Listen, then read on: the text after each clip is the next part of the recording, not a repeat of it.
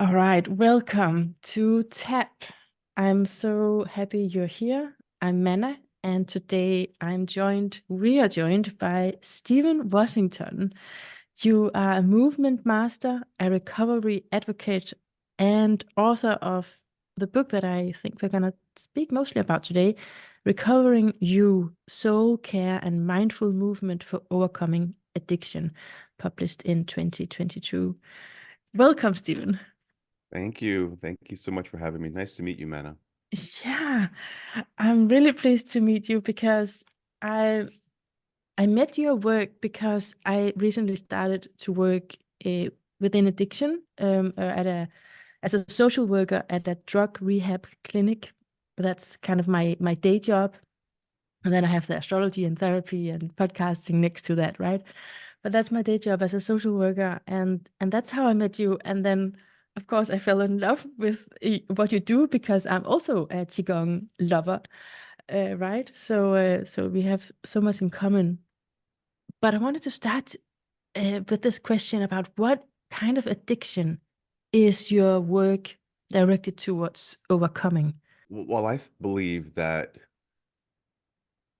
the underpinnings of any addiction is similar or the same. I think that addiction, a dependence upon a substance or behavior, I think affects the same parts of the brain, right? And that the some of the things that physiologically happen when we are in the throes of addiction, I think there are a lot of similarities across the board. So I feel as though what my work does is helps the individual find other ways to regulate themselves. I know for me, when my addiction to alcohol and drugs and cigarettes and such was active, I was trying desperately to self regulate. Had no idea that that's what I was doing. But in hindsight, I can see that I was trying to help myself feel better. Something would happen and I would feel dysregulated. I would feel uncomfortable. And I would reach for those things to help me feel something else. Sometimes it was when I was distraught, and sometimes it was when I was joyful and Yeah. I wanted to feel even more joy. Yeah. I was playing chemist all the time. So, yeah, I think it's something that's applicable to everyone and can be useful to everyone because at the heart of my book and my work is self-care. Mm. Self-care. And that's something that we all need and that we don't get enough of. It's not always prioritized in culturally, at least here in America. I don't feel as though it's prioritized. It's about work, work, work. It's about taking care of everything else but yourself. Yes. Yeah. And so it's at the heart of it, it's self-care. And so I think it's work that is helpful to those who are affected intimately by addiction, whether it's within their own being, but it's also helpful to people who are around them, the people who love them, the people who support them, because addiction is stressful for everyone. The process of it, it's a family disease. It's not just one person who's affected by it. It's also the people around them. So my work, I create my work, I share my work in the hopes that it will help everyone Mm. to live happier and healthier lives. Of it, yes. Yeah, I'm feeling that absolutely. And so as I'm learning more and more about different drug substances, abuse of it, um, I feel that there's a spectrum within addiction. I'm not settled on how exactly, but um, I recognize many of the dynamics that the people that I'm now working with are showing because of my own food addiction and sugar addiction and growing up around that as well. And at some point having a husband, he's now an ex-husband, but at some point where he was very addicted to nicotine. So it's been around me, and it's definitely been a personal matter within food, right? But then there is something different when it's drugs because it's so close to death in a way. You can just lose your life just like that, right? Yeah, absolutely. I think, like you said, there is a spectrum. Yeah. I also think that it's a spectrum when you think about the different types of things that one can become addicted to, whether it's food or gambling, exercise, work. There's so many things that you can become addicted to aside from alcohol and drugs and cigarettes and such. And the tricky thing about a food addiction is that we all have to eat to survive. So Yes. how do you find a right relationship with food and with sugar, because you have to eat. And I think that when I look at how food is made, particularly here in the United States, there's so much sugar in everything. And if you're someone who's trying to get a handle on the amount of sugar you put into your body, it's challenging. It's very challenging. And so that is navigating the spectrum of addiction and the subtleties of it are definitely, it's definitely a challenge, and it's definitely something that it's good we're talking about, because it is true, it exists. But like I said at the beginning of our conversation, I think the underpinnings of addiction, the scaffolding is quite similar. It's Okay. quite similar in terms of how it affects the body, how it affects the brain, what's that trigger mechanism that happens, that where we want to or feel this compulsion to do the thing and repeat it and go back, even though, like, I think of a basic definition of addiction is doing the same thing over and over again but expecting a different result. Yeah. Yeah, and also when something happens within a person where they lose kind of the ability to choose whether or not they're going to do that thing. There's a compulsion to do it. It's like something comes over you and you can't help yourself. Yeah. Um, that's addiction to me. That was my experience, and that's also something that I see the common thread between myself and so many others. I mean, I've been sober for almost 22 years. I've been to I've been to countless 12-step meetings, and I've listened to so many different stories, Yeah. and are able to take other people's stories and sort of hold it up against mine and see where there are differences and where there are similarities. And one of the things that is constant through all of us, and the thing that connects us all, is this point where you lose the ability to choose. You lose the ability to choose whether or not you're going to do the thing, and that is an obsession. There's a psychological, physiological compulsion, obsession, and recovery is something that interrupts that interrupts that cycle, and enables a person through a lot of work, a lot of dedication, a lot of help, helps them to start to rewire the brain and change their relationship to to the substance or to the behavior. And it takes time. It takes time. And when we talk about the spectrum, yeah, when it comes to alcohol, when it comes to drugs, the the impact, the what it costs a person is very clear. It's very evident, and how quickly a drug addiction or alcoholism can take a person down. Whereas other addictions, it's a slow process. Yes. So slow that it's some it's not, you were not able to perceive it, but it doesn't mean that it's any less damaging Yeah. to the person Yeah. physically, not psychologically, spiritually. I completely agree with that.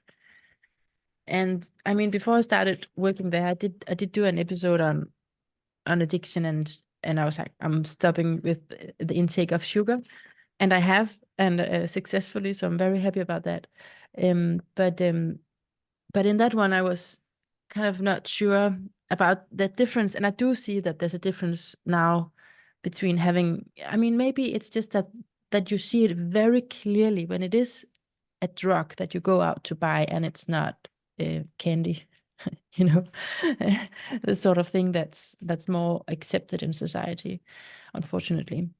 Um, so I just have an eye that's crying, Yeah, no worries. but I'm not moved yet. It might come. It's just the makeup here. Yeah. No, but I'm really curious about your story, and you completely decide how much you want to share of it, because I know you've spoken about it many times. But what I noticed in your book is that you say you had to eliminate all people from your life at one point. Mm. Did I get that right? Well, it was people who were closely linked to my addiction.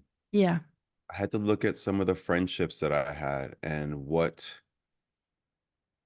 was at the heart of those friendships. Not to say that there wasn't genuine affection between myself and certain individuals, but there was something about the relationship where whenever we were together, it would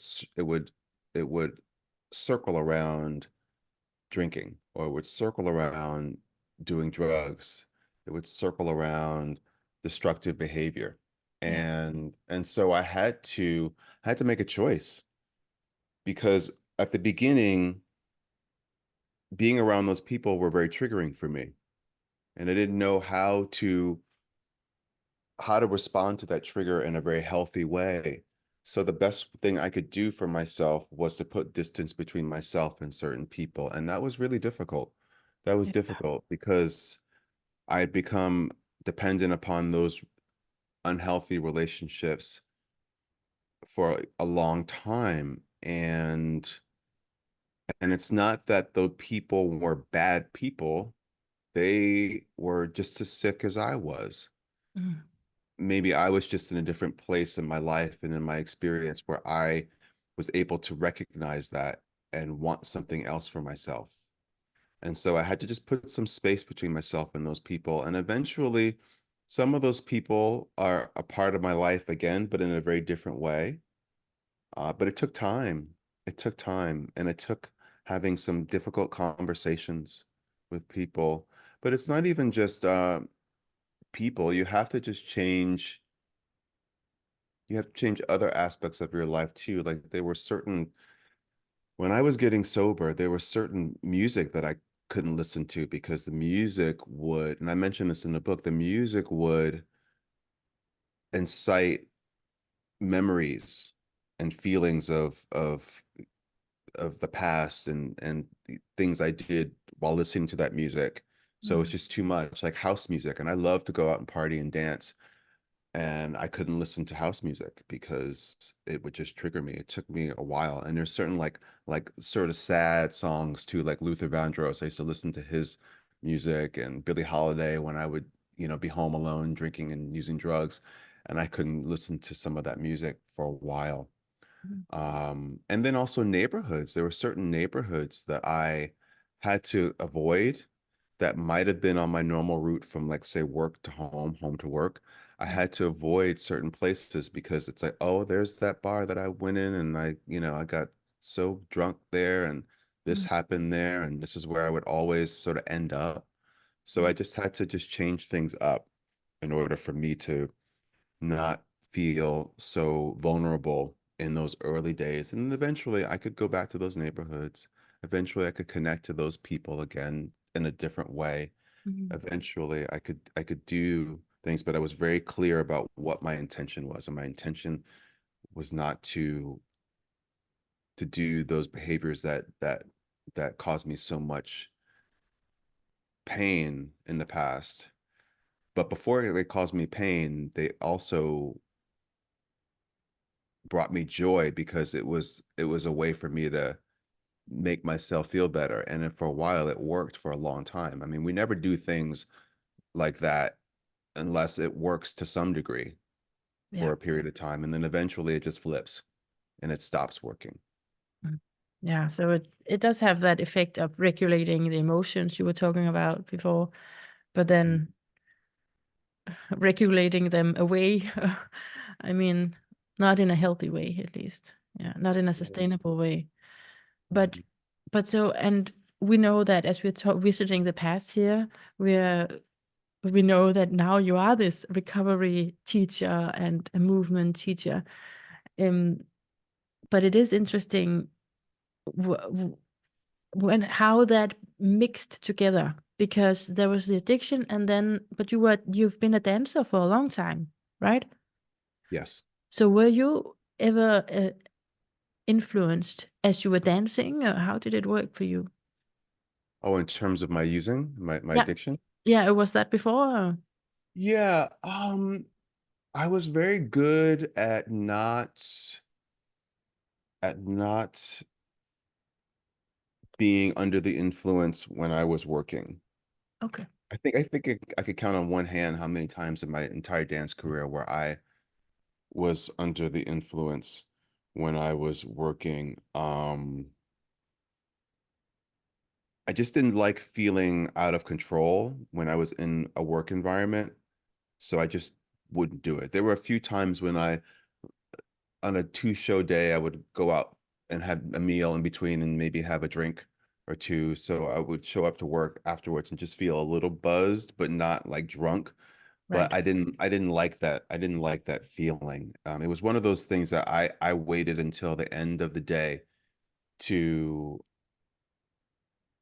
to do my using, where I could just let it all hang out and not have to worry about getting up and having to perform or interact with people in a certain capacity. So I was really disciplined like that. And I know that's not everyone's story. There's some people who really couldn't have those clear boundaries, but for me, I was pretty much able to do that. And that's the thing about addiction. It there are similarities between all of us, but there are differences too. Everyone is slightly different. There are a lot of things that aren't a part of my recovery story. Like I never lost a job because of my addiction. Um I never ended up in the hospital because of I never ended up in jail. A lot of things that are common for people with histories of addiction when it comes to substances. Yeah, But because it can go really, really bad, right? but it doesn't mean that it wasn't bad for me, and it No. doesn't mean that I didn't suffer.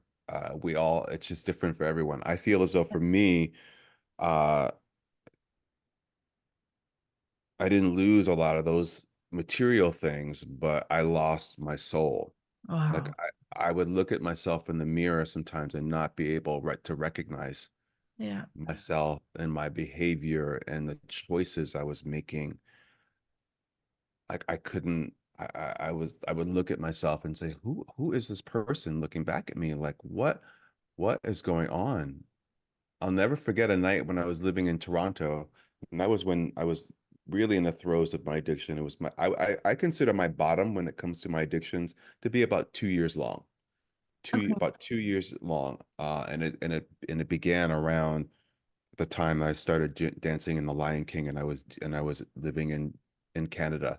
And I remember times in my little studio apartment looking at myself in the mirror at 3, 4 in the morning, high and drunk, and knowing that what I was doing was wrong, Mm. knowing that what I was doing was bad for me, but being unable to stop myself. And I remember several times praying for relief from it. praying for some change. I knew that I couldn't do it on my own, because if I could, I would have done it. Yeah. So I remember that very, very, very, very clearly. Yeah. Wow. I come to think about you talking about in the book false self-perceptions. Hmm. I'm not sure if it's related to that looking in the mirror when it comes up, but it's um, yeah, I think it's around where you're talking about questioning our own perceptions. I mean, I think that's kind of the key, how, questioning what we think we see and what that opens up for a different kind of nature. I mean, there's the true nature and then there's what we take ourselves to be. But can you say something more about that false self-perception, which I'm assuming is what is leading us in the throes of addiction, like you said? Yeah, addiction is so complicated. There's so many Yeah. layers to it for sure. And what we're talking about today just barely scratches the surface. But I mean, But, but if you were completely in your true nature, that wouldn't mhm. happen, right? Or is that it's too black Well, and white, maybe? yeah, yeah. What I was referring to in the book, and this is something that my first sponsor in 12-step recovery shared with me, and I'll never forget it. And he talked about how addiction is a disease of perceptions, like how the person who is dealing with addiction views themselves and views the world. And in the process of recovering, we must have this like psychic shift um within us to begin to see ourselves differently, see the world differently, respond to the world in a different way. I used to Oftentimes I used to think that the world was against me, or I would think that, like, say, like, I always believed in a higher power. I grew up in a somewhat religious family, and I that was always sort of forced upon me, and I always thought that there was no space for me in that world, that God or my higher power didn't care for me, or didn't like I was damaged goods, or that there was something inherently wrong with me. Like, that is a false perception that Mhm. I had, that there was something inherently wrong with me, that I was not deserving of anything um, good, that I wasn't lovable. Yeah. Um, so many different things. And the process of recovery is the process of peeling back so many layers of the onion to reveal a lot of these false perceptions that we have about ourselves and about the world around us, that kind of keep us stuck, that keep us stuck. When you believe that you're not lovable, when you believe that you're not worthy, when you believe that there's something inherently wrong with you, and that no matter what you do, you're not ever going to be like some of the other people around you that you assume have a very different life than what they're actually living. Like, we never know what somebody's life is like unless you walk in their shoes. But it's easy to project a certain life or certain image onto someone, and we can do that and think that they're better than us, and think that, oh well, I'll never be able to have that, or I'll never be able to be that, and that's something that I should be, I want to be, or what have you. Just so many things to just strip away, and get to the heart of what's happening, to get to the heart of who you are, and to just have kind of like the right relationship with oneself and the world around you, and have more of a balanced perspective, that life is not so black and white. I was always thinking so black and white. And what I've come to understand in my recovery is that there's a lot of gray. Yeah. There's a lot of gray, and I tend to live in the gray because that's the truth of my life, and I think that's the case for many of us. Life is so complicated and nuanced, Yeah. and yeah, I hope that I was I really clarifying for you. absolutely I really recognize it, that thing about that being an inherent fault within me and undeservingness.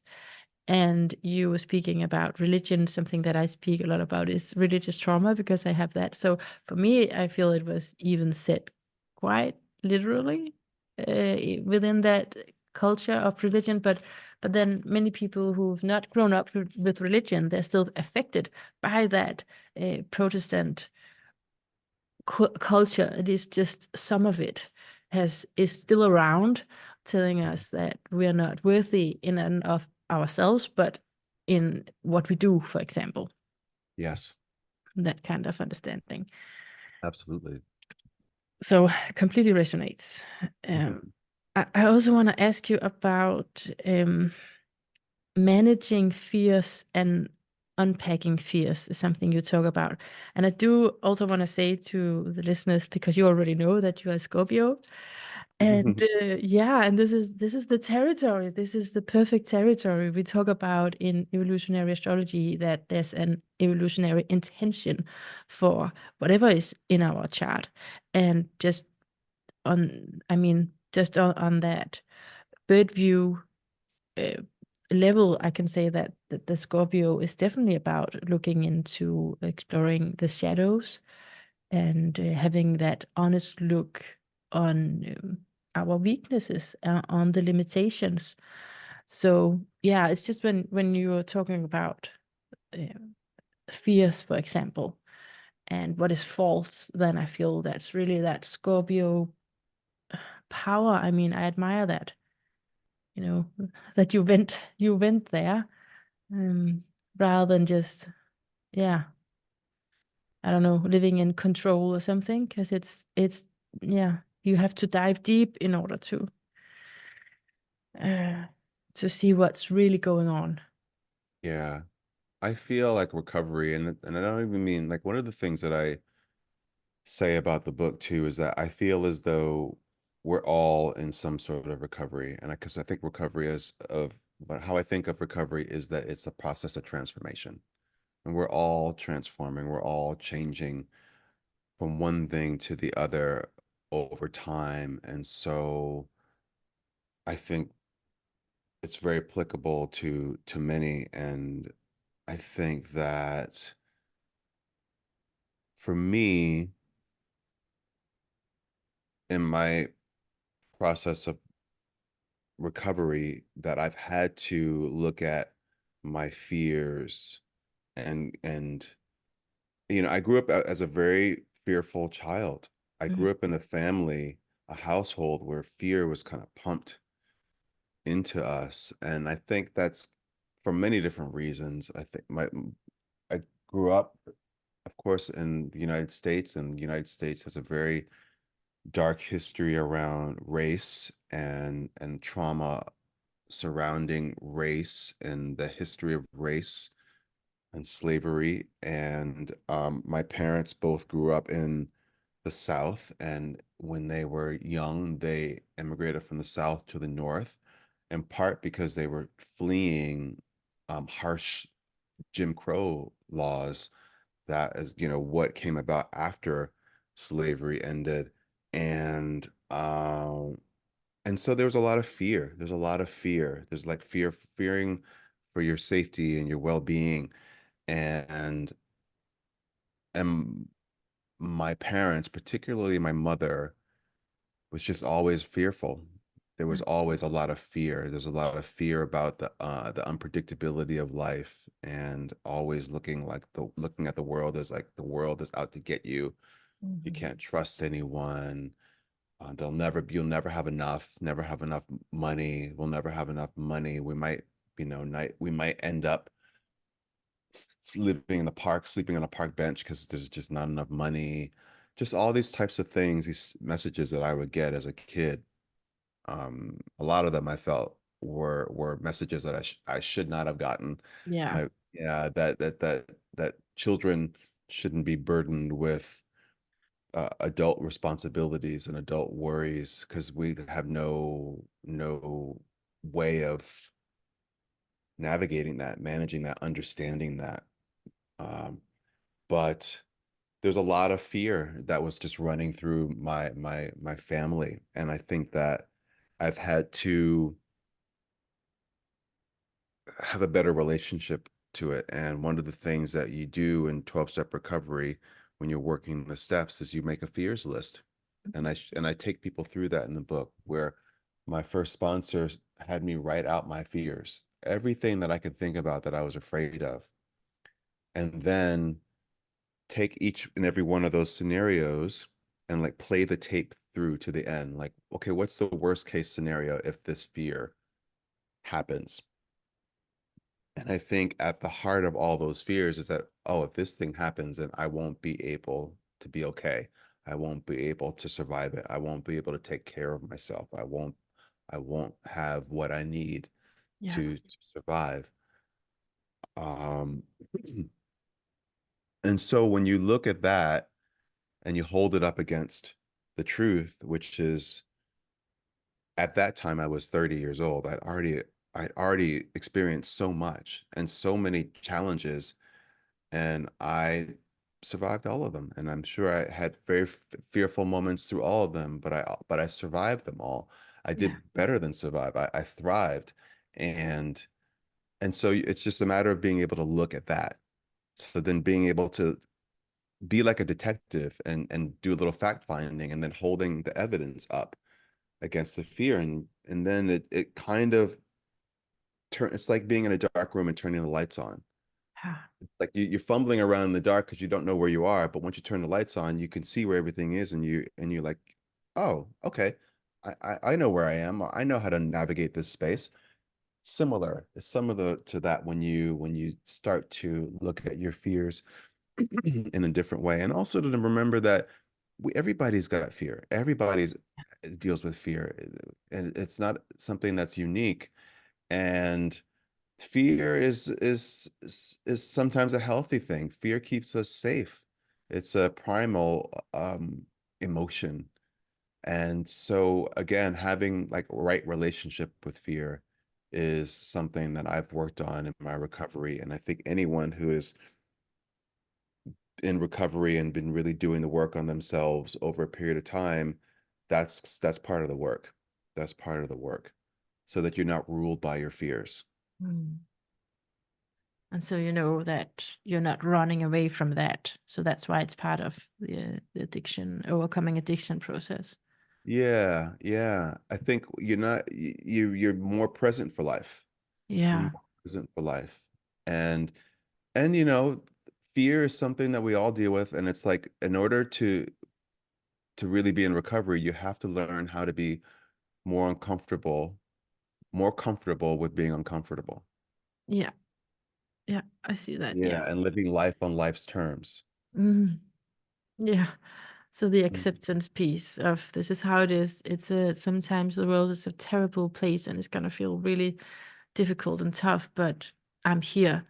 I'm thinking about that from. Is it okay that I reference your chart a little bit? Yeah. Okay, otherwise you have to protest. But yeah, it's because when I'm speaking to, I'm having your chart in my mind, and there's that you have the South Node in the 12th house, and you also have Neptune conjunct your Sun. So there's a very clear signature about a soul that has had challenges with incarnation, really like coming into the body. Ultimately, that is the purpose. This is why you're here. But just saying that that is a process, and when it is like that, what often happens is something like addiction. It is something like um I long for just being home, in the womb, in the cosmic womb. That's where I want to be. Not out here, but I have to deal with all of this and all of this injustice and everything that goes on beneath the surface. So Anyway, just relating to a chat, but I really also see, of course, the recovery piece in your chart, of course, because that's the positive side. That's the higher version of that Pisces theme that I was just referencing. That is definitely the recovery. And I also love how you open it up for everyone that we are here to recover. I feel that really strongly for myself, at least. I definitely feel I'm here to recover. Um, yeah, and when you were talking about the fear part, you mentioned you were the one mentioning the transformation part, and that's actually that's of course that's the active ingredient in looking into the limitations, looking honestly at your weaknesses that's and vulnerabilities. That is of course the transformative part that it can actually change, and it can change again and again and again, because that's how I see your Scorpio power is not just one turnaround, but like a constant need for more. And to also, if we talk about sexuality that Scorpio is related to, then also rechanneling that sexual energy into creativity, for example. So let's talk about your creativity and what you do today with. I'm the ones who said qigong, but that's also what you talk about in the book. But when I looked you up, you have that name, movement master. Do you call it qigong, or what do you? I call it qigong, right? Okay. Yeah, but I teach many different types of movement. I teach Pilates. I also teach dance to some degree. Dance is a part of my life, has been for my whole life, and it still is, but in a very different way because I don't do it professionally anymore. But I've always been able to understand and speak the language of the body. Ah, And wonderful. so it's second nature to me. So I really do consider myself to be a movement master, and to be able to express myself through many different ways in my body, and also guide people on their path to changing their relationship to their body, deepening their relationship and their connection to their body, which is something that many people run away from.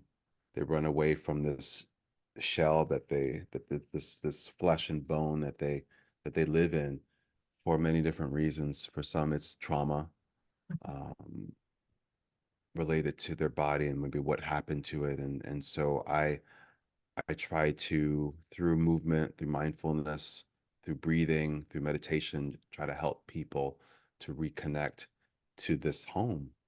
This is home. This is home. This is home. And but did you feel that when you were in the midst of using? Did you feel that as well? Yes and no. Sometimes I would. Sometimes I would. Sometimes I would feel some level of that's not nearly as deep as I feel it now. Okay. But I always had a connection to my body, and I always found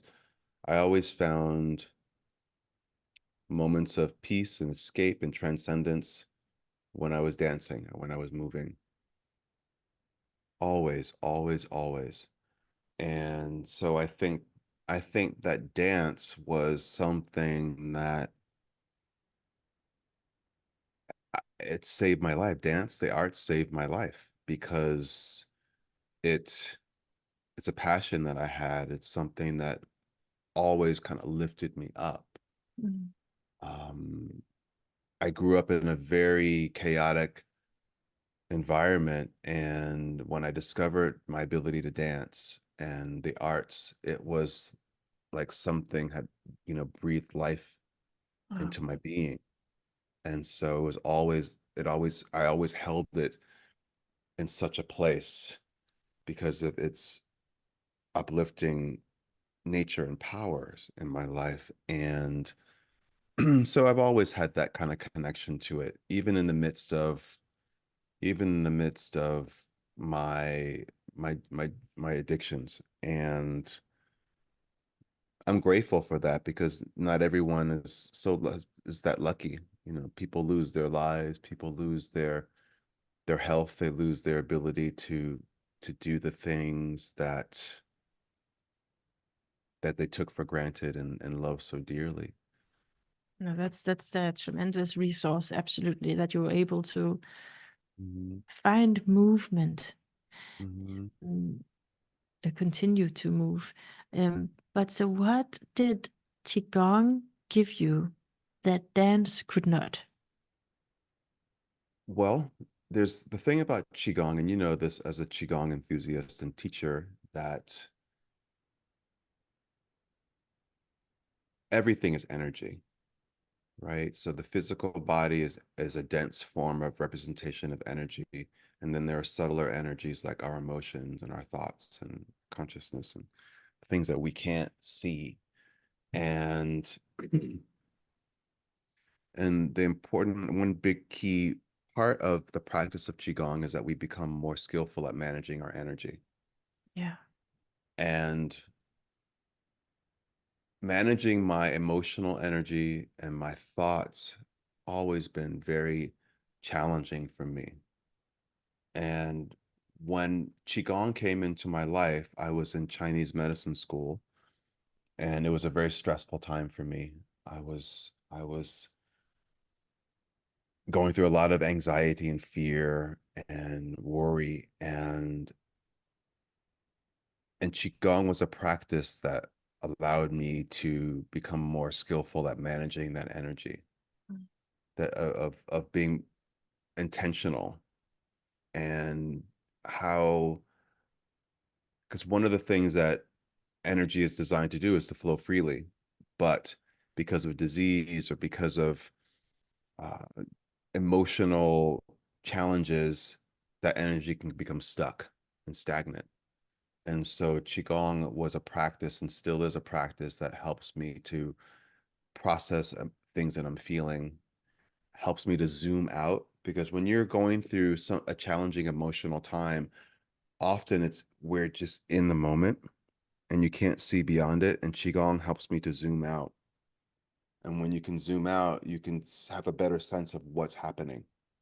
And you can change, you can kind of change your relationship to the circumstances in your life. And then from there you can make choices. You can exercise your ability to choose and choose how you view things and choose how you respond to life. Instead of reacting, we can respond to life. So that's what Qigong has given me. It's given me an incredibly powerful tool to help me to navigate life. And it's a tool that works so well with all the other tools that are in my toolbox to help me live a life that's healthier, more balanced, more joyful, more present. And so what you do today, it's a mix of different movement-based practices that you offer now. Absolutely. Yeah. I think I, for instance, I teach a Pilates Qigong fusion class that it's a very powerful experience because there's so many similarities between Pilates and Qigong. Mainly, its connection to our center, to our core. Ah, That when we do Qigong, we move the body from the center. That's one of the movement principles. And Pilates is a practice about building more core strength and stability to support the spine. And then that when we have that stability, then the extremities, like our arms and our legs, are able to move with more freedom. And it affects how we move through life. And deep breathing is a really important part of aspect of both Qigong and Pilates, and breath is life. mm, So yes, I teach all these different practices because I know the power of them. yeah. And it gives me so much joy to see people experience that power for themselves too, in their own way. So I know that movement heals. Like off a saying in recovery is move a muscle, change a thought. Right. Move a muscle, change a thought. I have so many questions lined up, and we have our closing bit here. But Mhm. Okay, so but what you just said, let me just respond to that because I mean, where I'm at, I've had a few chances already to introduce a little bit of qigong, not calling it qigong for sure, but it's very strange to them. So in that setting, they absolutely don't say what you just said. Change a muscle, change a thought.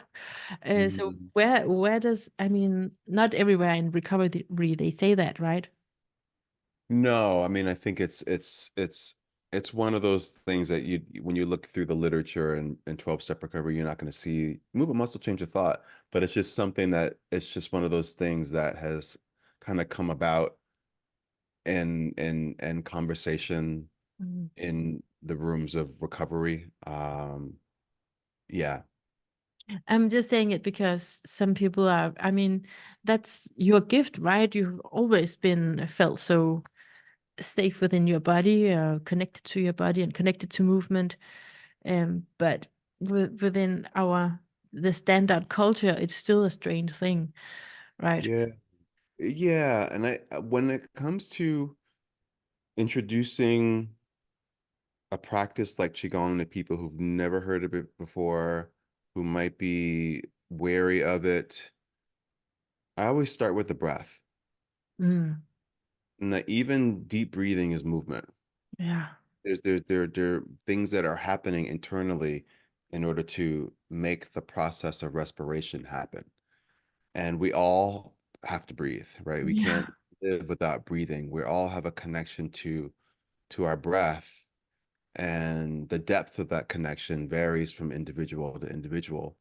But introducing people to the practice of breathing with awareness is a wonderful way to begin to reintroduce themselves to their body and the miraculous things that their body can do.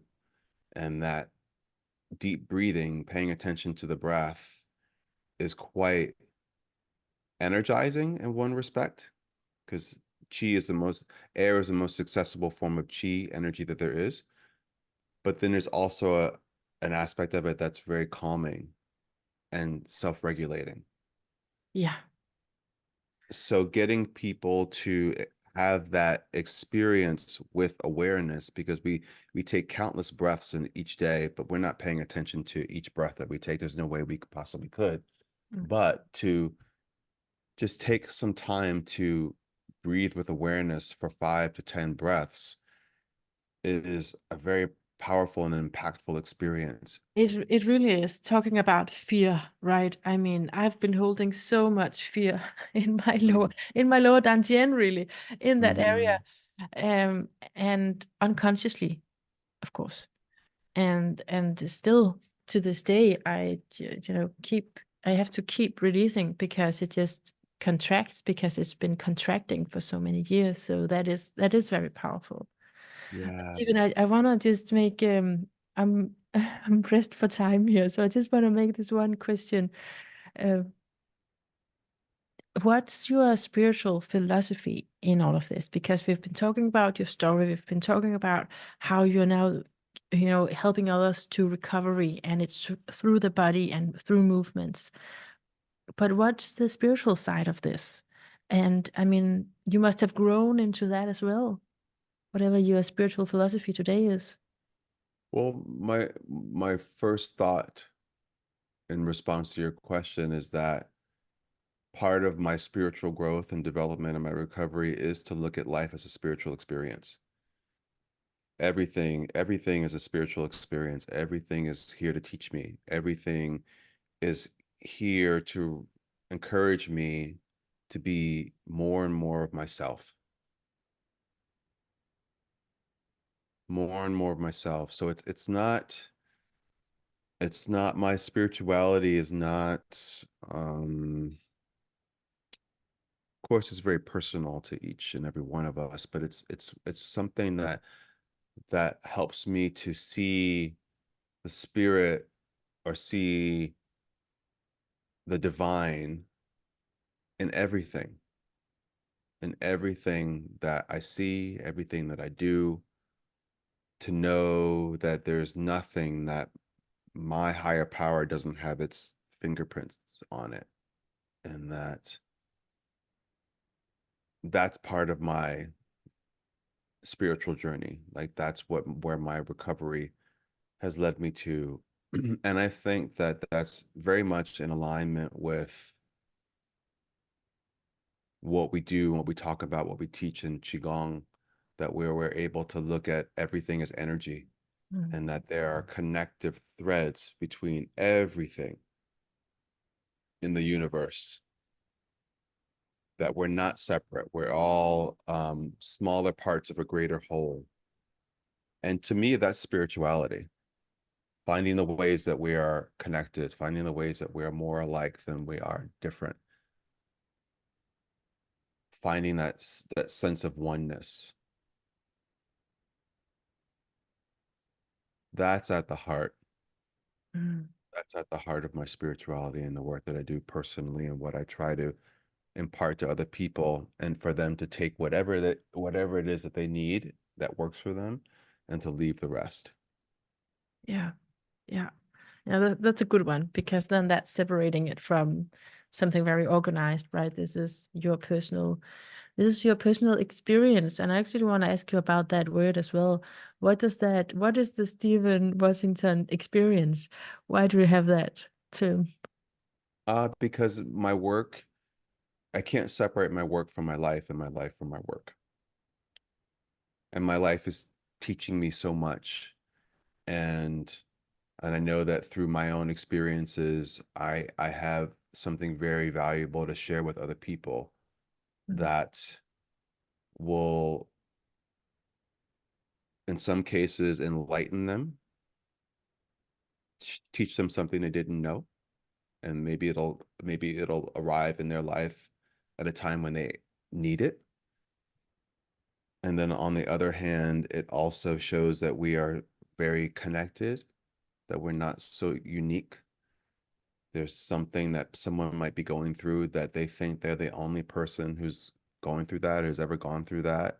And then I show up and I say, hey, I've gone through that too. Yeah. Here's what's come up for me with that, and here's what my journey has been. And there is a way to go from where you are now to where you were then to where you are now, and there's transformation, and there's a journey involved, and all is well, all will be well. Mm. Yeah, that's really good. Okay, I thought maybe like the Stephen Washington experience, like you have to experience you or something. I like it. Oh, but there are Yeah. many ways of using that expression. Yeah. Yeah, so there's something about experiencing it for yourself, Mhm. and that it is that life is like an experience. Um, yeah. Okay. And so um I'm just feeling into what should be the last part of this. Yes, take your time. Um, thank you. Yeah. Mm. Yeah, it's definitely that. I really like that very inclusive part you just said before about, we are all in this together, and loneliness is actually, it's just within that separate mindset, and we're all here to recover something. I mean, because I think that can happen. You were talking about the triggers earlier, when we do fall back into an old pattern, is that we get really angry with ourselves, right? For example, could for me it could be a pattern of fawning, if you know what I mean, like being really sweet even though I don't want to, like Mm, the pleaser coming up. I've had that lately, and then what happens is I become angry with myself, and then that needs to be loved, right? Because that's also an old pattern of saying, this is in particular, it's me, rather than seeing it as a whole. Yeah, yeah, something that we all do. Yeah. yeah, yeah. Okay. Do we have any closing thoughts, or are you good?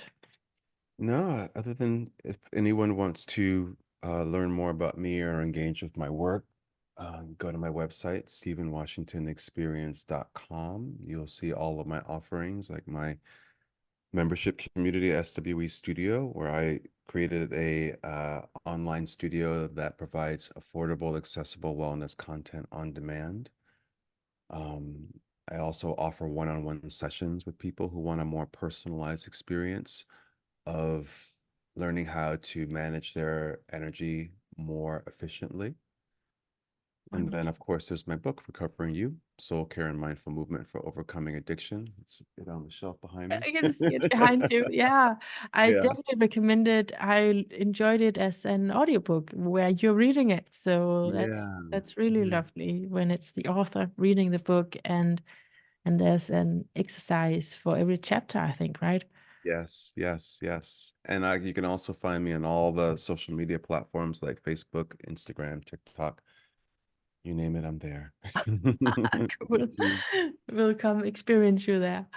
Yeah. Thank you so much for joining me here and for shining your Scorpio light and power in the world and right here, right now. So yeah, I really enjoyed when you were saying surviving, yeah, but thriving, right? Like the Scorpio thing is not so much about death than it is about surviving, but then the next level is actually thriving, right?